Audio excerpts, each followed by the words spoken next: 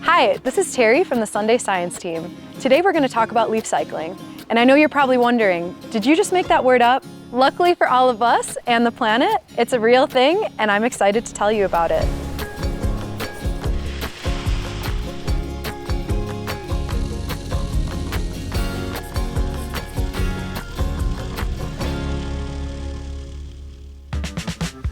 Managing fall leaves the traditional way can be a lot of work, and it involves things like raking, bagging, hauling those leaves away, or paying someone else to do all those things for you.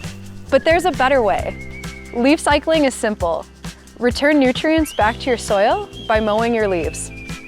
Why mow them? Well, there are a few reasons. It's not great to leave a layer of wet matted leaves on your lawn, where they can potentially block sunlight and encourage diseases like snow mold. Plus, unlike nitrogen-rich grass clippings, fall leaves are high in carbon and low in nitrogen. This means they take a while to break down, but you can speed up decomposition by mowing into smaller pieces. Now comes the fun part. Leaf cycling is as easy as mowing your lawn. If you haven't already ditched your mower bag, do it now. Next, lower your mower height a notch to make sure you can reach all those leaves. Mow your leaves to chop them up and just leave them there. So what's in it for your lawn? It adds free organic matter to your soil. It reduces the amount of disease potential from wet matted leaves. It limits the amount of dead spots come spring.